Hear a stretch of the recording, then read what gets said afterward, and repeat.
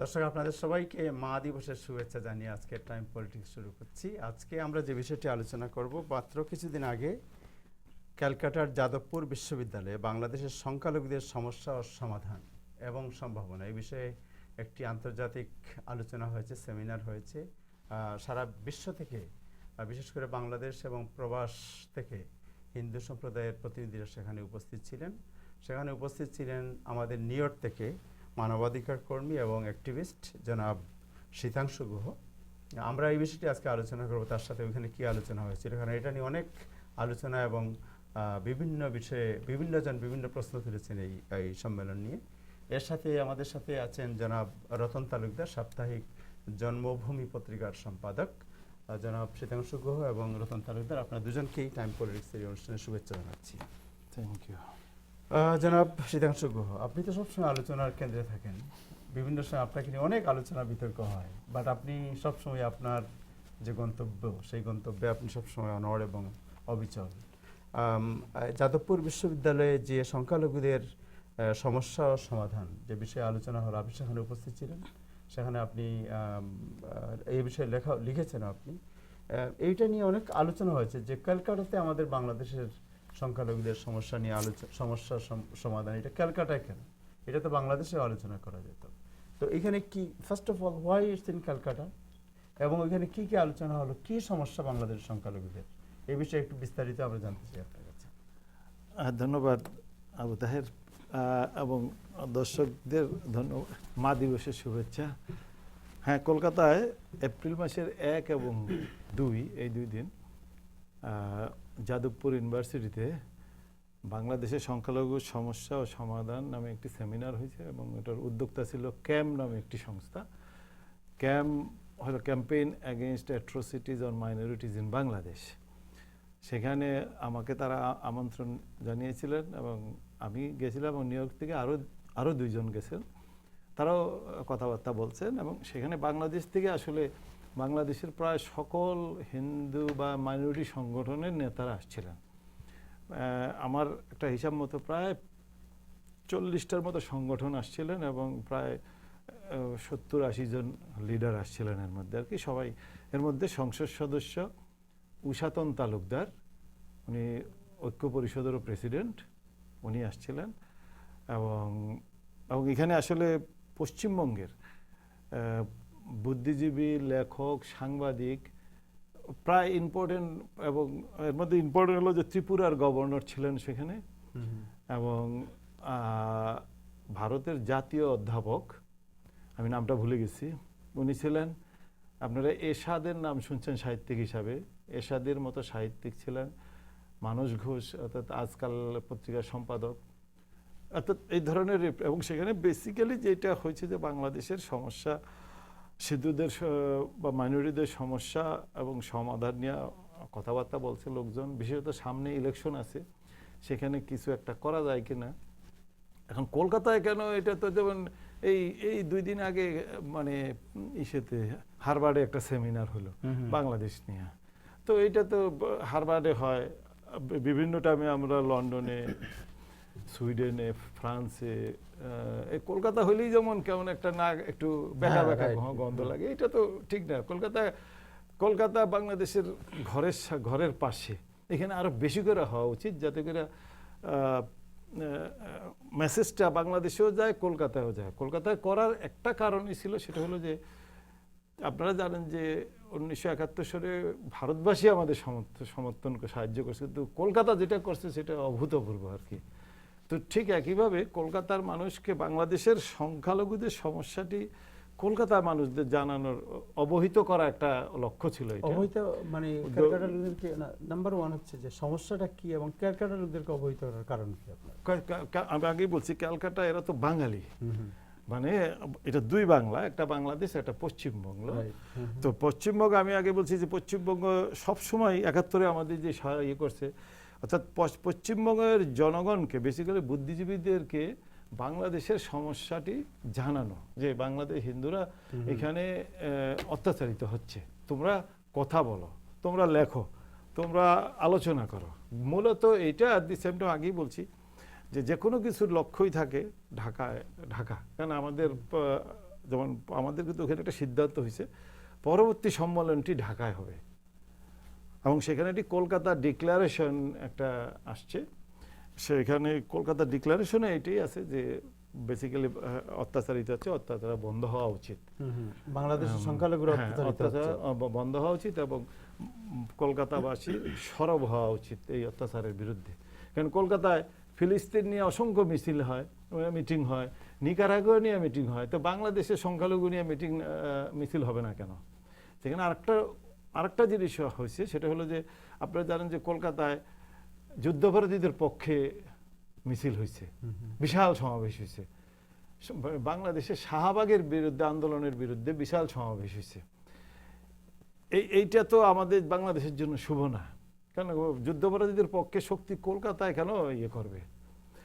আমাদের মাইন্ডে সেটাও ছিল যে এইখানে বাংলাদেশ বিরোধী একটি শক্তি কাজ করতেছে। এই শক্তিটা আমরা বাংলাদেশের লোক, আমরা বাংলাদেশে যতগুলি লোক গেছি, এই শক্তিটা দেখুক যে না তোমরা এখানে এটা করতে পারো না। আমাদের ওখানে পরিষ্কারভাবে আমরা আসছে যে আমরা বাংলাদেশের স্বাধীনতার সপক্ষের শক্তি। বাংলাদেশ সৃষ্টি হয়েছে একটি ধর্মনিরপেক্ষতার ভিত্তিতে, আমরা ওই জায়গাটায় ফিরে যেতে চাই। আমরা মনে করি তাহলে হয়তো সমস্যার কিছুটা সমাধান হবে, বেসিক্যালি এইটুকু। এবং সেখানে আমি তো আগেই বলছি যে আমাদের পরবর্তী সম্মেলন ঢাকায়, এবং খুব সম্ভবত এই বছরই করার চেষ্টা হচ্ছে এবং সেই লক্ষ্যে আমরা কিন্তু এখন কাজ করতেছি। যদি এই কাজগুলি এখন হচ্ছে নীরবে, সরব হবে যখন নাকি এটা ইয়ে হবে আর কি। অবশ্যই আমরা আমাদের এই সম্মেলনটি কখনোই কারোর বিরুদ্ধে না, এটা মাইনরিটির পক্ষে। আর আরেকটা কথা, যেটা আপনার কথা একটু ইঙ্গিত আছে যে কলকাতা এখানে, এর অর্থ হচ্ছে আচ্ছা বাংলাদেশে যখন বিরোধী দলে থাকে, তারা আমেরিকায় স্টেট ডিপার্টমেন্টে যায়, ইউর কাছে ধর্ণা দেয় বা দিল্লিতে গিয়ে বসে থাকে ক্ষমতায় যাওয়ার জন্য। আমাদের তো ক্ষমতা লক্ষ্য না, আমাদের লক্ষ্যটা হলো আমরা মরে যাচ্ছি, আমাদেরকে মারা হচ্ছে, আমাদেরকে আমরা বাঁচতে চাই এবং বাংলার মাটিতেই বাঁচতে চাই। আমি আরো বলতেছি, আপনি দেখেন এই 11 তারিখে পটুয়াখালীর 10 মিনায় কাননবালা দেবীকে উনি একজন আওয়ামী লীগ নেতা, হ্যাঁ, যেভাবে অত্যাচার করছে, জমি সম্পত্তি দখল করে। যেন ভদ্র মহিলা বলছে, আমি কান্দা কইছি যে আমার সাইরা দেন, আমরা জমি সাইরা দিয়ে ইন্ডিয়া চলে যাবো, তাও ছাড়ে না। আমি কথা হচ্ছে যে সম্পত্তি নিয়ে সমস্যা থাকতে পারে, কিন্তু এইটা তো সমাধান না যে একদম 50 ঊর্ধ্ব একজন মহিলাকে এইভাবে নির্যাতন করা আর কি। তো এই বাংলাদেশে সংখ্যালঘু অত্যাচার হচ্ছে, এই জিনিসটা এখন বেসিক্যালি ওপেন সিক্রেট, সবাই এটা জানে এবং মানেও যে ইয়েস হচ্ছে, কিন্তু এত একটা সমাধান আসতে হবে। আচ্ছা, সো আপনার কাছে এই জিনিসটা যদি আসি যে ওইখানে যে আপনার সংখ্যালঘুদের সমস্যা নেতা আলোচনা হয়েছে, সংখ্যালঘুরা বাংলাদেশে বর্তমানে কি ধরনের সমস্যা ফেস করছে আপনারা পেয়েছেন? বাংলাদেশে সংখ্যালঘু আমাদের একটা কয়টা পয়েন্ট আছে নিশ্চয়ই, মেজর কয়টা সমস্যা নিশ্চয়ই ফেস করতেছে। এর মধ্যে একটা যেমন যে বললেন জায়গা দখল, এইরকম কি সমস্যা আপনারা পেয়েছেন? এক নম্বর সমস্যাকে বলা যেতে পারে যে জায়গা দখল আর কি। যেমন আপনি দেখেন, আমি 3টে আইনের কথা বলতেছি এখন। দেখেন, একটা হলো 1950 সনে জমিদারি প্রথা বাতিল হয়েছিল পাকিস্তানে, সেটা পাকিস্তান ছিল, তাই না? এই আইনটি কিন্তু বাতিল হয়েছে পূর্ব পাকিস্তানে, পশ্চিম পাকিস্তানে হয় নাই। পূর্ব পাকিস্তানে বাতিল হয়েছে কেন? কারণ জমিদাররা সব হিন্দু ছিল। পশ্চিম পাকিস্তানে হয় নাই কেন? জমিদাররা সব মুসলমান ছিল। অর্থাৎ হিন্দুদের সম্পত্তি নিয়ে অন্যদেরকে দেওয়া ছিল এটার লক্ষ্য। তারপরে হলো 1965 সনে শত্রু সম্পত্তি আইন, এবং শত্রু সম্পত্তি আইন হিন্দুদেরকে সর্বশান্ত করে দিছে। কারণ এইটা দিয়ে সম্পত্তি নেয় নাই এমন, মানে ইভেন সবগুলি সরকার এখন পর্যন্ত শত্রু সম্পত্তি দিয়ে হিন্দুদের থেকে সম্পত্তি নিচ্ছে। প্রতিটি সরকার স্বাধীনতার পরে অবস্থার কোনো পরিবর্তন হয়নি। বঙ্গবন্ধু চেষ্টা করছিলেন, হয়তো ওনার তো সৎ উদ্দেশ্য ছিল, কিন্তু তারপরে উনি তো 3 বছরের মাথায় আর কিছু করতে পারেন নাই। তারপরে যারা আসলো তারা তো এটাকে ওভারনাইট চেঞ্জ করে একেবারে। জিয়াউর রহমানের সময় কি অবস্থা ছিল? জিয়াউর রহমান শত্রু সম্পত্তি আইনে সবচেয়ে বেশি ক্ষতি করছে জিয়াউর রহমান সাহেব। কারণ উনি একটা ইয়ে দিছিলেন, একটা সার্কুলার দিছিলেন যে এখন থেকে শুধু তহসিলদাররা নোটিশ টাঙ্গায় দিবে যে ওই সম্পত্তিটি হিন্দুর, হ্যাঁ, শত্রু সম্পত্তি। তাহলে তখন তাকে প্রমাণ করতে হবে যে এই সম্পত্তিটি শত্রু সম্পত্তি না।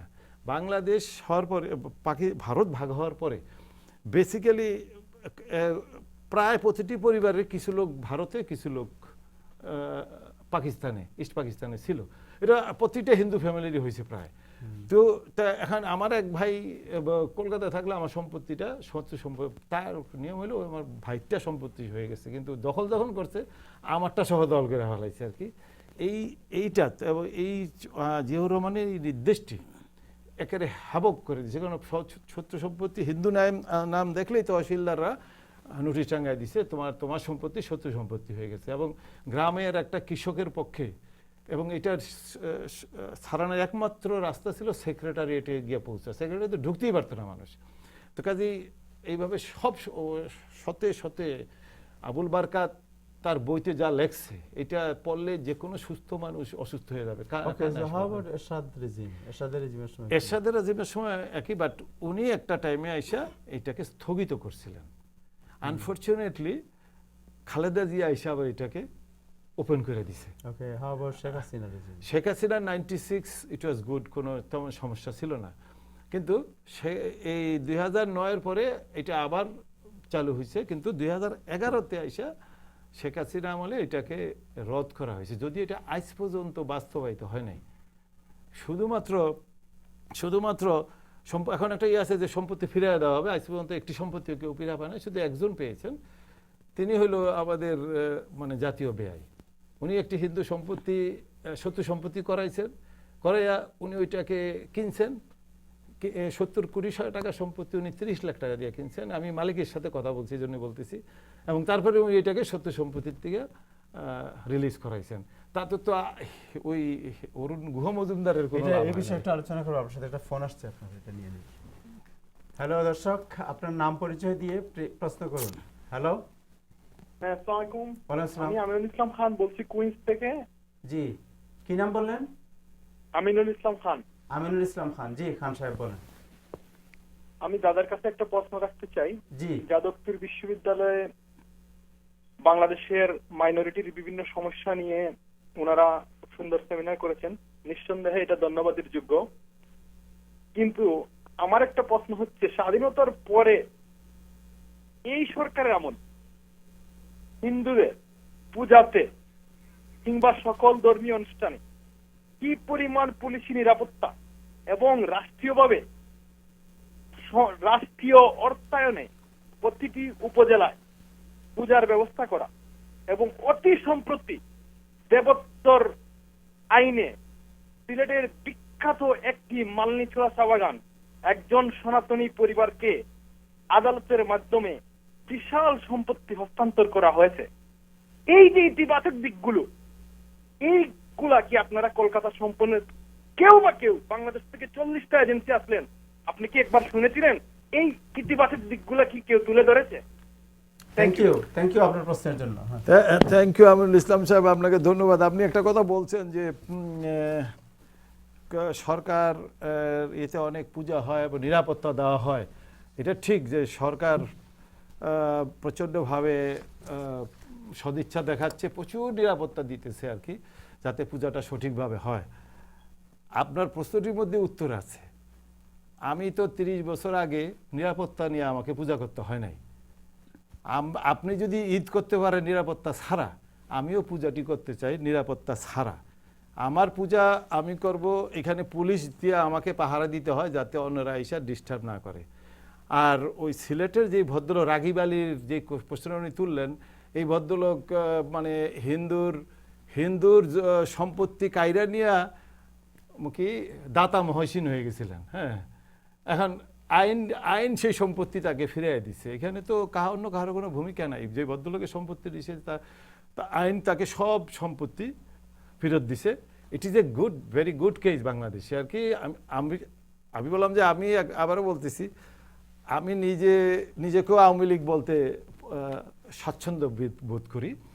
আমি বলতেছি আমার এই সরকারের আমলে আমি তো এটা এক্সপেক্ট করি না। এটা যদি খালেদা জিয়ার আমলে হইতো আমাদের কোনো বক্তব্য ছিল না। আমাদের বক্তব্যটা হলো যে শেখ হাসিনা সরকারের আমলে এইবার 2009 থেকে যতগুলি ঘটনা ঘটছে, এটা কেন ঘটবে?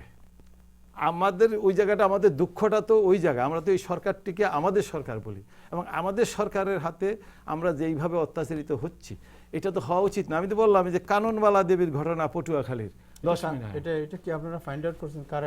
এটা জাতীয়, এটা সময়, বাংলাদেশের সময় টিভিতে দেখাইছে, এবং এটা বাংলাদেশের সবগুলি কাগজে আসছে। আওয়ামী লীগের এক নেতা তার সম্পত্তি দখল করার জন্য, বিধবা মহিলা সম্পত্তি দখল করার জন্য বলছে যে এই সম্পত্তি তারা কিনছে। এই অভিযোগ আমরা সারা বছর শুনি যে সম্পত্তি কিনছে। আপনি যদি কিনেও থাকেন, সেটা রাস্তা আছে, আইনের রাস্তা আছে, তো সে তো এইভাবে তো একটি মহিলাকে আপনি ইয়ে করতে পারেন না। আপনি যদি দেখেন, আমি আবারও বলতেছি, নারায়ণগঞ্জের শিক্ষক শ্যামলকান্তির বিরুদ্ধে সেলিম ওসমান যা করছে, এটাকে আমরা বিচার পাইছি? আমরা বিচার পাই নাই। আমরা তো বিচার পাচ্ছি না কোথাও। শ্যামলকান্তির বিরুদ্ধে আমরা কোনো বিচার পাই নাই। আমাদের তো কথা হচ্ছে, আমরা যদি বিচারটা পাইতাম, তাহলে তো আমরা কইতে পারতাম যে আমাদের একটি জায়গা আছে যাওয়ার। হ্যাঁ, আমরা তো এই বিচারটা পাচ্ছি না। আর কয়টা লোক মামলা করতে পারে কোর্টে গিয়া? এই যে হাজার হাজার কেস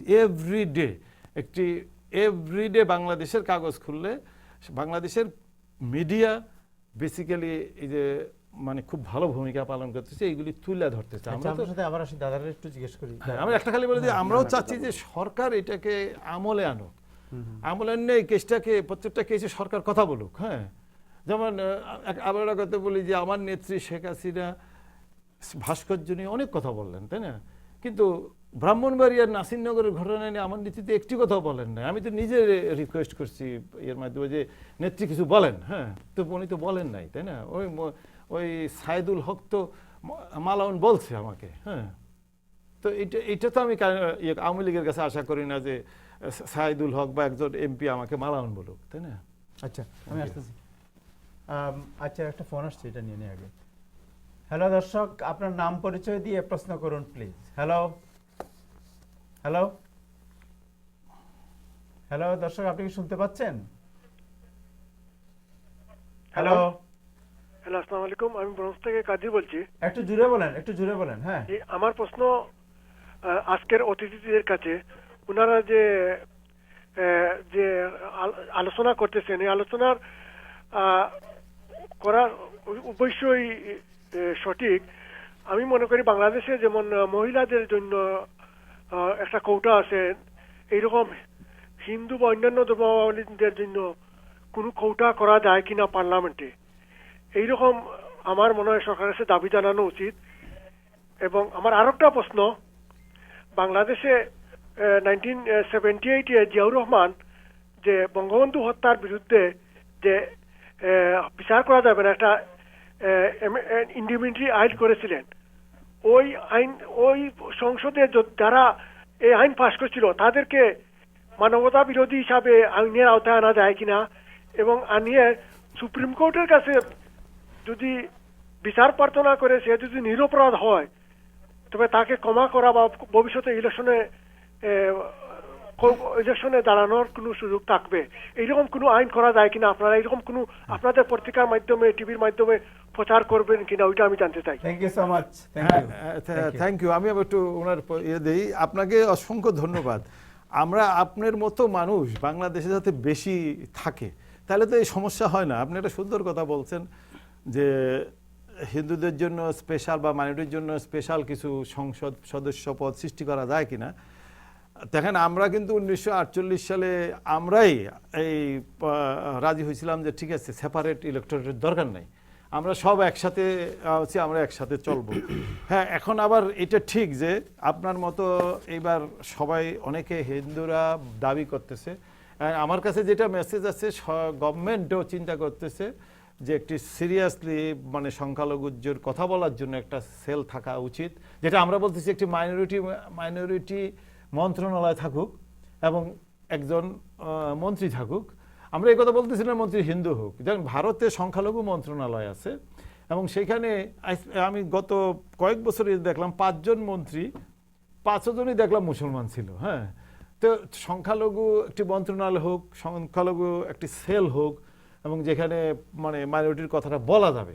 এখন তো ম্যাক্সিমাম লোক খবরই রাখে না, এই যে ছোটখাটো খবর খেয়ে রাখে। হ্যাঁ, কিন্তু এই যাতে সবাই কানে এটা পৌঁছে। আচ্ছা, দাদার কাছে একটু যাই। দাদার কথা না, ঠিক আছে। একটু একটা ফোন নিয়ে আরেকটা ফোন চলে আসছে। হ্যালো দর্শক, আপনার নাম এবং পরিচয় দিয়ে প্রশ্ন করুন প্লিজ। হ্যালো। হ্যালো, আসসালামু আলাইকুম। ওয়ালাইকুম আসসালাম। আমার নাম মুকিত চৌধুরী। জি, গুড। আমি একটা প্রশ্ন করতে চাই, সেটা হলো আজকের দুইজন যারা আলোচক আছেন, আলোচকের কাছে, যে আমরা বাংলাদেশের নিয়ে এত কোটা পর্যন্ত চলে গেলাম, কিন্তু ভারতে যেখানে গরু জব করা মুসলমানের যে মৌলিক অধিকার, গরু জব করা থেকে মানুষ হত্যা হচ্ছে, এ ব্যাপারে তারা কিছু একটু বলেন না কেন? যে এটার ব্যাপারে তারা ওই দেশের নাগরিক, তাদের যে অধিকারটুকু হরণ করা হচ্ছে। তারা যাদবপুরে মিটিং করলেন, কিন্তু আমি সহমর্মিতা প্রকাশ করবো তখনই যখন তারাও আমাদের সমস্যা নিয়ে ভারতের যখন যাবেন, ওদের বলবেন যে কেন মুসলমানদের ধর্মীয় অধিকার গরু জব করে খেতে এটা বাধা কোথায়? তারা ভারত যেখানে যে অবস্থায় দুনিয়ার মধ্যে মাংস রপ্তানিকারক দেশ হিসেবে পরিচিত, এই গরুর মাংস তারা রপ্তানি করে, সেখানে মুসলমানরা খেলে তাদের নাগরিকরা এটা কেন হত্যা হতে হয়? থ্যাংক ইউ জনাব Mukit Chowdhury, thank you so much. আপনি বলুন, ঠিক আছে। থ্যাংক ইউ মুকিত চৌধুরী সাহেব। আপনি যদি একটু লক্ষ্য করেন, অবাক হয়ে যে এই আমরা বা ব্যক্তিগতভাবে আমি সবসময় মনে করি যে আমি একজন সাধারণ মানুষ, আমি মানবাধিকার নিয়ে মাঝে মাঝে কিছু কথা বলি। সারা বিশ্বে মানবাধিকার লঙ্ঘিত হচ্ছে, এটা আমরা জানি, ভারতবর্ষেও হচ্ছে, কিন্তু আমরা এত ক্ষুদ্র যে আমাদের শুধু বাংলাদেশ নিয়ে বেসিক্যালি আমরা কথাবার্তা বলি, এর বাইরে আমরা যাই না। আমরা যদি নিকারাগুয়ার মানবাধিকারের কথা বলতে চাই তো আমার সমস্যা থাকবে না। হ্যাঁ, তবে আপনি যেটা বলছেন ভারতে কিছু ঘটনা ঘটছে, ওইটা নিশ্চয়ই আমরা নিন্দা জানাই। এবং আপনি বললেন যে কলকাতায় যেটা আলোচনা হয় না, এটা তো আপনি জানেন না, অনেক কিছুই আলোচনা, অন্তত 50-60 জন স্পিকার ছিল 2 দিনে, বহু কিছু আলোচনায় আসছে, বহু কিছু আলোচনা হয়েছে। তবে হ্যাঁ, আমরা পৃথিবীর সব দেশের সংখ্যালঘুর সমস্যার প্রতি সহমর্মিতা জানাই, এবং এই ধরনের কোনো ঘটনা ঘটছে যেটা আমরা দেখছি ভারতে, আমরা এটা নিন্দা জানাই। কিন্তু আমরা কিন্তু কনসেন্ট্রেট করি বাংলাদেশের সংখ্যালঘুর উপরে, এবং বাংলাদেশ আমার দেশ, আমি ওইটা নিয়েই থাকতে চাই। এর বাইরে আমি খুব একটা ব্যক্তিগতভাবে আমি মনে করি আমার সেই সাহসও নাই, শক্তিও নাই, সামর্থ্যও নাই। ঠিক আছে, আমি দাদার সাথে যাই। আচ্ছা, 1 নম্বর হচ্ছে যে মুকিত চৌধুরী সাহেব যে প্রশ্ন করেছেন, এটা আপনি কিভাবে মূল্যায়ন করেন? এর আগে আমি যে ব্যাপারটা জানতে চাই সেটা হলো যে উনি যেটা বলেছেন, 70 স্বাধীনতার পর থেকে বঙ্গবন্ধু, জিয়াউর রহমান, এরশাদ এবং বর্তমান সময়ে এসে অপ্রত্যাশিত সব ঘটনা ঘটেছে। এর মধ্যে তিনি যেটা বলেছেন যে এই যে কানুনবালার কথা বলছেন, এরকম আরো, তারপর জাতীয় ব্যয় কে জাতীয় আমাদের ইঞ্জিনিয়ার মোশাররফ সাহেবের কথা উনি বলেছেন। আপনি একজন সম্পাদক হিসেবে আপনি যদি কম্পেয়ার করেন এই বিষয়গুলি এবং বর্তমান সময়ে যে ঘটনাগুলি ঘটছে, এটাকে আপনি কিভাবে মূল্যায়ন করবেন? প্রথমত এর মাঝে তো অনেক কথা হলো, কলকাতা কনফারেন্স, তারপর সংখ্যালঘুদের সমস্যা। তবে একটা জিনিস বলতে হবে, সেটা হলো যে সংখ্যালঘুদের অধিকার নিয়ে আমরা তো ওয়াশিংটনে লবিং করতে যাই, তো কলকাতা, দিল্লি বা আপনার হার্ভার্ড ইউনিভার্সিটিতে যদি আপনার কোনো ধরনের যে কোনো জায়গায় যে কোনো ধরনের সম্মেলন হইতেই পারে, সেমিনার হইতেই পারে, সেটা তেমন দুঃখের ব্যাপার না। মুকিত চৌধুরী সাহেব যেটা বলছেন যে সেটা হলো করতে যে আপনি যদি মাছ পিপলের কথা ভাবেন, তাহলে আপনি এটা বলতে পারেন ঠিক, যে আমরা পৃথিবীর যে প্রান্তেই সংখ্যালঘু, সে হিন্দু হোক, বৌদ্ধ হোক, খ্রিস্টান হোক, মুসলিম হোক, তাদের উপরে অত্যাচার হলে, তা নিগৃহীত হলে, সেটার প্রতিবাদ হিউম্যান রাইটসের পার্ট হিসাবে করা যেতেই পারে। কিন্তু প্রশ্নটা যেহেতু এখানে শুধু বাংলাদেশের, সেখানে আমি এটা বলবো যে ভারতের বুদ্ধিজীবী, সাংবাদিক, পত্রপত্রিকার এই যে গরু নিয়ে যে এত বাড়াবাড়ি হচ্ছে বিজেপি ক্ষমতায় আসার পরে, ভারতের পত্রপত্রিকা কিন্তু বিস্তর আলোচনা হচ্ছে এগুলি নিয়ে, এবং প্রতিবাদও করা হচ্ছে বুদ্ধিজীবীরা। মমতা ব্যানার্জি পশ্চিমবঙ্গের মুখ্যমন্ত্রী, সে তো বলছে যে আমি কলকাতার রাস্তায় দাঁড়িয়ে আমি নিজেও গরু খাবো। তো মানুষে কে গরু খাবে, কে ছাগল খাবে, কে মুরগি খাবে, এটা তো যে খাবে তার চয়েস, এটা তো আমি চয়েস করে দিব না, তাই না? ওটা মমতা ব্যানার্জির কথা। তা আমি মনে করি ভারতে, সারা পৃথিবীতেই ধর্মের উন্মাদনা বেড়েছে, যার দরুন এই সময় ভারত স্বাধীন হলো আজ থেকে 70 বছর আগে, তখন তো গরু খাওয়ার নিয়ে আলোচনা ছিল না। আজকে 70 বছর পরে গরু খাওয়া নিয়ে কথা হচ্ছে কেন? কারণ ধাপে ধাপে আমরা শাসক গোষ্ঠী এত বেশি কম্প্রোমাইজ করছে, মানে বিভিন্ন অশুভ চক্রের সাথে, শুধু কিসের জন্য? ভোটের জন্য, রাজনীতি। সেই রাজনীতির কারণে যার জন্য আজকে সাধারণ মানুষ সেটা নিয়ে সাফার করতেছে। আজকে দেখবেন ভারতে পশ্চিমবঙ্গের মমতা ব্যানার্জি তো হিন্দু। মমতা ব্যানার্জি কি আদৌ মনে করে যে ভারত আমিও সে গরু খাবে বা আমার গরু খাওয়া উচিত? না, কিন্তু সে একটা বিশাল সম্প্রদায়। ভারতের পশ্চিমবঙ্গে এখন 29% মুসলিম। সেই মুসলিম ভোট তাকে পেতে হবে, কারণ মুসলিম ভোট যদি বিজেপির দিকে না যায় তাহলে মমতা ব্যানার্জি পাবে, এবং এই মুসলিম 29% ভোট পেলে সে নিশ্চিত পাশ করবে। তো আপনি দেখবেন সব জায়গাতেই মানে ভোট পাওয়ার যে মেকানিজম, সেই মেকানিজমটাই হলো এখন রাজনীতি, এবং এটার জন্য সাফার করে সাধারণ মানুষ। বাংলাদেশেও দেখেন একই ঘটনা। জিয়াউর রহমান যখন ধর্মীয় রাজনীতি আবার শুরু করার প্রক্রিয়া শুরু করলো, তখন থেকেই কিন্তু বাংলাদেশে ধাপে ধাপে এই সাম্প্রদায়িকতা বেড়েছে। আওয়ামী লীগকে কম্প্রোমাইজ করতে হয়েছে, এবং সেই আওয়ামী লীগ আজকে হেফাজতের সঙ্গেও হাত মেলাচ্ছে। কিসের জন্য? ভোট। সব কিছুর সাথে ভোটের রাজনীতি। আর আওয়ামী লীগ মনে করে যে বাংলাদেশের হিন্দুরা যারা, তারা মনে হয় যে আওয়ামী লীগের গোয়ালঘর, সেই গোয়ালের গরু হিন্দুরা। যখন খুশি তখন হিন্দুদের ভোটগুলি পাবে। হিন্দুদের ভোট তাদের ভোট ব্যাংক বলে পরিচিত। ওই যে জাতীয় বিয়ের কথা বললো, উনি যে প্রবীর শিকদার, সাংবাদিক একজন পঙ্গু মুক্তিযোদ্ধা, প্রবীর শিকদারকে পর্যন্ত জেলে নিলেন।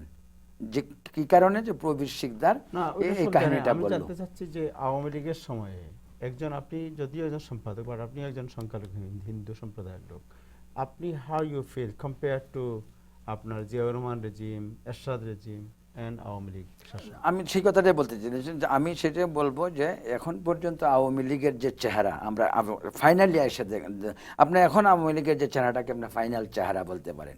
This is a final stage. আগামী 1 বছর 1.5 বছর পরে ইলেকশন হবে। এই যে ভোট পাওয়ার জন্য হেফাজত ইসলাম, তেতুল হুজুরের সঙ্গে শেখ হাসিনার এত মাখামাখি, এত প্রেম, সেটা কিসের জন্য? জামাতকে কোণঠাসা করে হেফাজতকে নিজেদের পকেটে আনতে পারলে তারা ভোট পাবে। আর সংখ্যালঘুদের অবস্থাটা এখন এমন হয়েছে যে সংখ্যালঘুরা কোন দিকে যাবে। আমি কিন্তু সংখ্যালঘুদের এই যে আলাদা পৃথক যে কোটা রাজনীতি, সেই রাজনীতির আমি পক্ষে নই। আমি এই জন্য নই যে বাংলাদেশে যখন 71 সালে দেশ স্বাধীন হয়, তখন কিন্তু আমরা হিন্দু, মুসলিম, বৌদ্ধ, খ্রিস্টান সব একসঙ্গেই। আর আমি এটা মনে করি না যে বাংলাদেশের সংখ্যাগুরু মুসলিম সম্প্রদায়, সাধারণ মানুষ সাম্প্রদায়িক। বাংলাদেশের সাম্প্রদায়িকতা যদি বলেন, এই যে আপনি বলেন কিছুক্ষণ আগে যে রাষ্ট্রযন্ত্র, সেই রাষ্ট্রযন্ত্র জিয়াউর রহমান থেকে আজকে হাসিনা পর্যন্ত ধাপে ধাপে ধাপে ধাপে সাম্প্রদায়িকতাকে আপনি মনে করেন যে শেখ হাসিনার সময় এসে যেটা হিন্দু সম্প্রদায়ের সবাই মনে করতো যে যদি আওয়ামী লীগ ক্ষমতায় আসে তাহলে আমাদের অবস্থার উন্নয়ন হবে, এই যে প্রত্যাশা, এই প্রত্যাশা কতটুকু বাস্তবায়ন হয়েছে বলে মনে করেন? না, এই প্রত্যাশা একেবারেই বাস্তবায়িত হয়নি। সেটার রিজাল্টে আপনি পাবেন আগামী ইলেকশনে। আপনি যেটা বললেন যে ওইখানে আলোচনা হয়েছে নির্বাচনে কিছু করা যায় কিনা, আপনি কোট অ্যান্ড কোট যে কথাটা বলেছেন। সো নির্বাচন তো সামনে, right? What would be the strategy of বাংলাদেশের হিন্দু সম্প্রদায়ের, যে তারা এই নির্বাচনে কি ভূমিকা পালন করবে?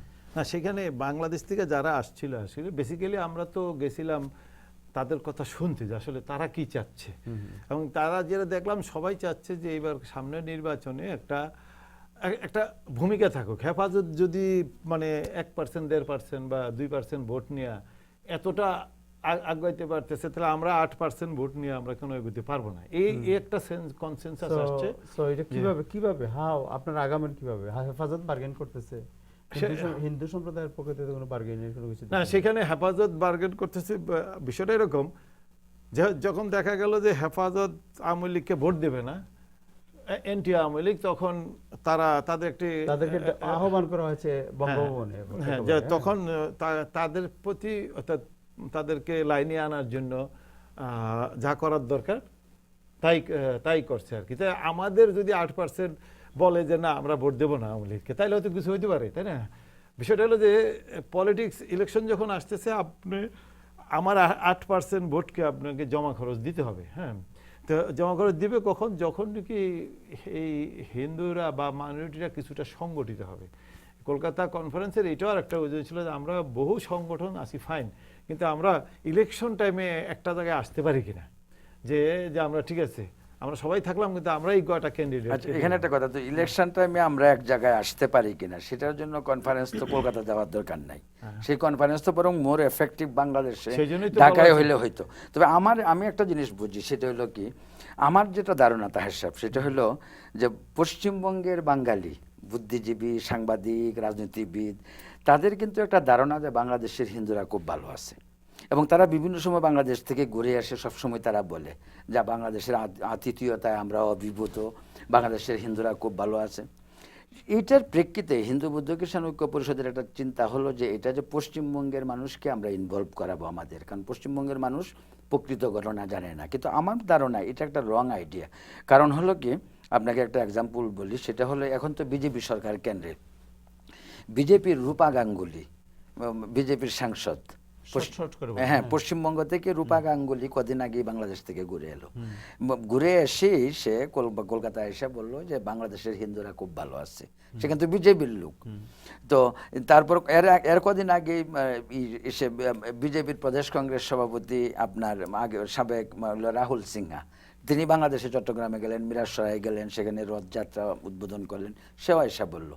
তো আমার মনে হয় যে হিন্দু বৌদ্ধ খ্রিস্টান ঐক্য পরিষদ এটা ভেবেছে পশ্চিমবঙ্গের হিন্দুদেরকে বাংলাদেশের হিন্দুদের প্রতি সিম্পেথাইজ করার জন্য একটু সচেতনতা বোধ তৈরি করা উচিত। কিন্তু আমার মনে হয় এটা টোটাল রং। আপনার অধিকারের জন্য যদি আপনি কথা বলেন, সেই কথা আপনাকে দেশের মাটিতে বলতে হবে, সেই কথা সেখানে বলতে হবে। ঠিক আছে, বাট আমার পয়েন্ট হচ্ছে যে ওকে, ইলেকশন তো চলে আসছে অলমোস্ট, হ্যাঁ, আর দেখতে দেখতে ইলেকশন নমিনেশন, ম্যানিফেস্টো অ্যান্ড নির্বাচন কমিশন সব তফসিল ঘোষণা করে দেবে আর কিছুদিনের মধ্যেই। সো সে অ্যাবাউট আপনারা হিন্দু সম্প্রদায়ের পক্ষ থেকে যা 8% ভোট আপনারা আছে, আপনারা বার্গেন করবেন বা আপনারা একটা ইয়ে করবেন, আপনারা কিভাবে এই জিনিসটা উপস্থাপন করবেন যে আমাদেরকে কাউন্ট করতে হবে? What would be your demand? না, সেই জায়গাটাই তো আমরা বললাম যে কলকাতায় যেটা হয়েছে, আমরা একটা কনসেনসাস দেখলাম যে এরকম একটা কনসেনসাস আছে। কলকাতায় শুধু আমরা কনসেনসাসটা পাইছি যে লেট আস গো ঢাকা।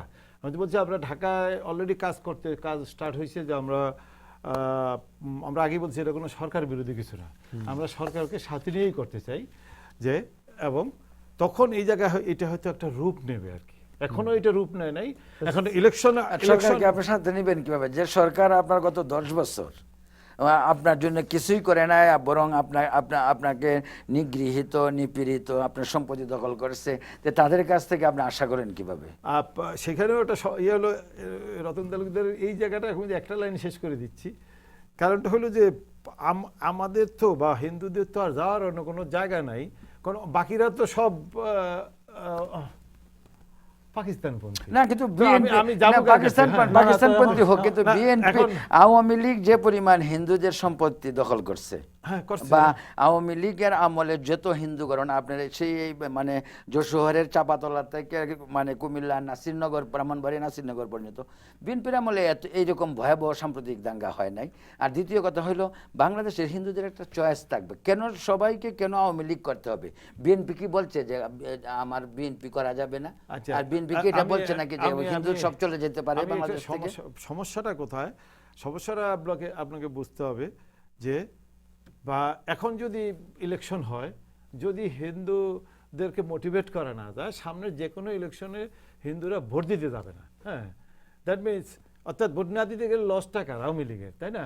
কারণ হিন্দুদের এখন এই অবস্থান হয় নাই যে হিন্দুরা আওয়ামী লীগের ভোট না দিয়ে বিএনপিকে ভোট দিবে। প্রার্থী হিসাবে হয়তো কেউ আপনাকে দিতে পারে, তাহেরকে দিতে পারে, অনেক সময় প্রার্থী সে কোন দলে সেটা এটা আছে। কিন্তু এই একটা সমস্যা আছে। আপনাকে একটা কথা মনে করে দিই যে শেখ হাসিনার আমলে এই গত 9 বছরে অনেক কিছু হয়েছে, কিন্তু সেগুলি তারপরেও এত কিছুর পরে 2001-এ যা হয়েছে খালেদা জিয়ার আমলে,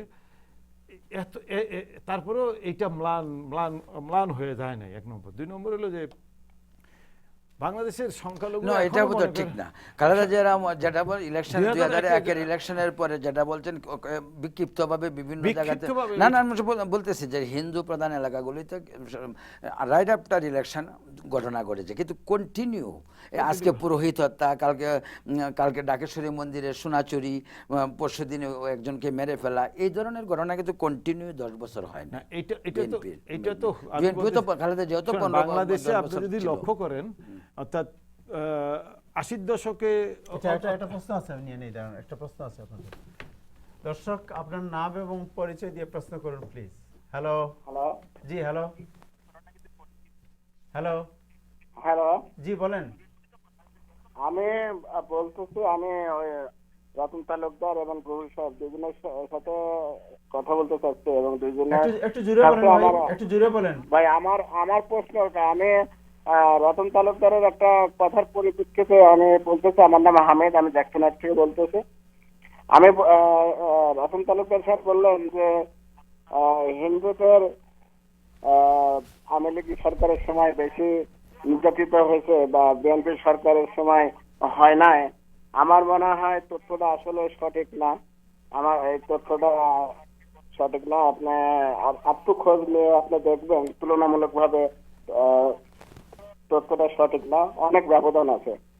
ওকে, থ্যাংক ইউ। আর আরেকটা জিনিস আমি বলতে চাচ্ছি যে আপনার সংখ্যালঘু শব্দটা আসলে আমার ব্যক্তিগত তরফ থেকে আমি বলতেছি, সংখ্যালঘু শব্দটা আসলে আমার কাছে পছন্দ না। এই সংখ্যালঘু বলতে বাংলাদেশে কেউ নাই, আমি যেটা বিশ্বাস করি। আমরা সবাই যারা বাংলাদেশের নাগরিক, বাংলাদেশে বসবাস করি, আমরা সবাই বাঙালি, আমরা সেইভাবে বসবাস করতে চাই। কোন ধর্মীয় ভাবে কোন কেউ হিন্দু কে মুসলিম এইভাবে ধর্মীয় বেড়া গেলে কোন সংখ্যালঘু সম্প্রদায় এই জিনিসটা আসলে আমি বিশ্বাস করি না। Thank you so much, thank you. আমরা আসলে সময় একেবারে কমে গেছে। আচ্ছা, আমি আমি অল্প এক মিনিটে বলবো। আচ্ছা, আমি সেটা 1 মিনিটে বলা যাবে না, তবু চেষ্টা করি। তো হামিদ সাহেবকে আমি চিনি, আমি বলি, আমি কিন্তু কখনোই বলি নাই যে বিএনপির আমলে সাম্প্রদায়িক কোনো কিছু হয় নাই। কিন্তু আপনি যদি কম্পেয়ার করেন বিএনপির 5 বছর এবং আওয়ামী লীগের 10 বছর, তাহলে নিশ্চিতভাবে আওয়ামী লীগের সময় যে ধরনের সাম্প্রদায়িক দাঙ্গা হয়েছে তার পাল্লাটা ভারী হবে। 1 নম্বর, সেটা বিভিন্ন, এগুলো তো ফ্যাক্টস অ্যান্ড ফিগার আপনার পত্রপত্রিকাতেই আসছে, এগুলো তো এমনি কোনো বানানোর কথা না। আর দ্বিতীয় কথা, আমি একটা জিনিস আমার খুব ভালো লাগছে, আমিও আপনার মতো সংখ্যালঘু বলতে চাই না, কিন্তু আমাদের আজকের বাস্তবতা হলো আমরা সংখ্যালঘু এবং সংখ্যাগুরু হিসাবে দেশকে বিভাজন করেছি। আচ্ছা, আপনাকে আমি যে প্রশ্নটা করতে চাই, ওই প্রসঙ্গে আর যাবো না। আজকে যদি আওয়ামী লীগের সাথে নির্বাচনের সময় আওয়ামী লীগ যদি সংখ্যালঘু যারা আছে বা হিন্দু সম্প্রদায়, তাদের যে দাবি, এই দাবি যদি না মানে, তাহলে সংখ্যালঘুরা কাকে ভোট দিতে পারে? বিকল্প কি? আমি আগেই বলছি যে এখনো বাংলাদেশের সংখ্যালঘুদের জন্য আওয়ামী লীগের বিকল্প কিছু তৈরি হয়নি,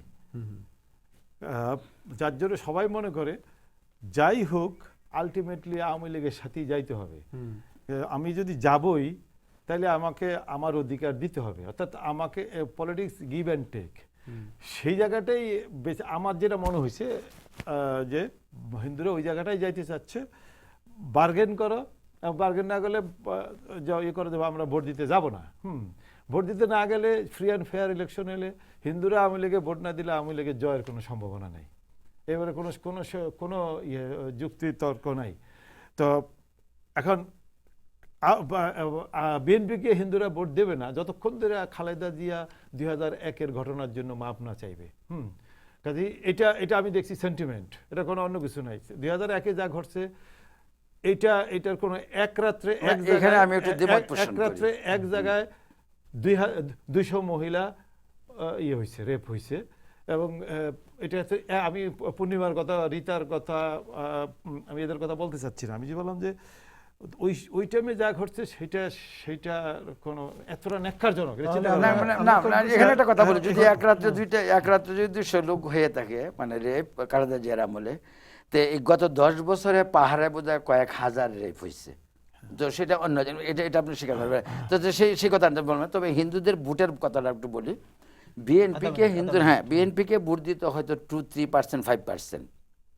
আমি এবার নিশ্চিত হিন্দুরা বাংলাদেশে যে যতভাবেই তাদেরকে বোঝানোর চেষ্টা করুক, আমি বলছি না যে অধিকাংশ ভোট বিএনপি পাবে, বিএনপির হিন্দু ভোট বাড়বে, সেটা বলতে পারি। এটা বিএনপির হিন্দু ভোট বাড়বে আমিও স্বীকার করি, যদি না আওয়ামী লীগ কোনো প্রপার অ্যাকশন না দেয়। আমি বলতেছি এবার যেমন দাবি উঠছে যে 64টি ডিস্ট্রিক্টে 64 জন এমপি ক্যান্ডিডেট দিতে হবে। এবার আমরা তো ওই জায়গাটায় দুইটি বড় দলকে নিয়ে যেতে চাই যে তোমরা যেমন হেফাজতকে তোষামত করতেছো, আমাদেরও একটু তোষামত করতে হবে, কারণ আমাদেরকে সিট দিতে হবে এবার, এবং এই সিট দিলে হবে না, জিতে আনতে হবে। সিট দিয়ে বাড়ি দিকে বসে থাকলাম তা হবে না। 1 নম্বর সদিচ্ছার প্রমাণ, আওয়ামী লীগকে এবার সদিচ্ছার প্রমাণ দেখাইতে হবে যে না আমরা শুধু ভোট ব্যাংক আছে আপনারা তা না, এবার আমরা কিছু দেব। আমাদের এই ঢাকায় সম্মেলনটির উদ্দেশ্য এটাই যে আওয়ামী লীগকে বলতে হবে আইসা যে আমরা আছি আপনাদের সাথে, আমরা এটা করতেছি বা এটা করবো, এক্ষুনি এটা করলাম। আওয়ামী লীগের হাতে না, এটা তো এরকমও হইতে পারে যে আওয়ামী লীগ মনে করতে পারে 8% আছে, কিন্তু আমরা তো হেফাজত আইসা পড়ছে আমাদের সঙ্গে, হিন্দুদের উপরে অত্যাচারটা বাড়ায় দেয় হোক, let them go to India, আর তাদের সম্পত্তি আমরা দখল করবো না। এটা কেমন হয়? এই থিওরি ওয়ার্ক করে না। কারণটা হলো যে মানে ইচ্ছা করলেও প্রায় 1.5-2 কোটি লোককে ভারতে পাঠানো যাবে না, কাজে এটা হয় না। কিন্তু আমরা তো 16% থেকে 8% হইছেন, 16% 8% 44 বছরে, কাজে আরো 44 বছর লাগবে 8% যাইতে। এক সেকেন্ড আমি শেষ করি। এই রূপা গাঙ্গুলি সম্পর্কে একটা কথা বলছেন। রূপা গাঙ্গুলি 24 ঘন্টা ঢাকা শহরে ছিলেন। এই কথাটা নিয়ে কলকাতায় বহু বক্তা বলছেন যে আপনারা এটা বন্ধ করেন। 24 ঘন্টা ঢাকা শহরে থাইকা জামদানি শাড়ি আর ইলিশ মাছ খাইয়া আইসা এয়ারপোর্টে বললে আসবেন ভালো হয়েছে, খুব ভালো আছে। It is not right. 24 ঘন্টা আমরা আমি বলছি আমি 24 বছরে আমেরিকা থাকিয়া এখনো কইতে পারতেছি না যে আমেরিকা ভালো কি খারাপ, আর আপনি 24 ঘন্টা থাকিয়া বলাইতেছেন যে হিন্দুরা সব ভালো আছে। তো আমি একটা শেষ করে দিচ্ছি।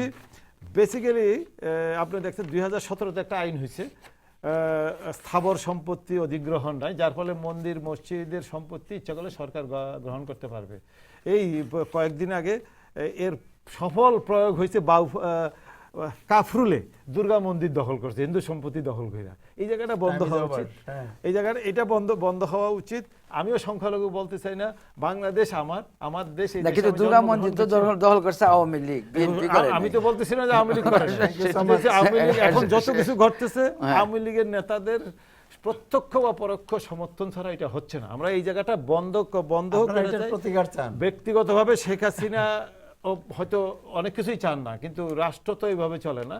তার আশেপাশে যারা আছেন এবং প্রশাসন পুরাপুরি অ্যান্টি হিন্দু হয়ে গেছে। এই জায়গাটা বন্ধ হয়ে যাবে। Thank you very much. Thank you দর্শক, আজকে এ পর্যন্তই। আগামীকাল আবার আপনাদের সাথে দেখা হবে রাত 11টায়। ততক্ষণে সবাই ভালো থাকবেন এবং টাইম টেলিভিশন দেখবেন। খুদা হাফেজ।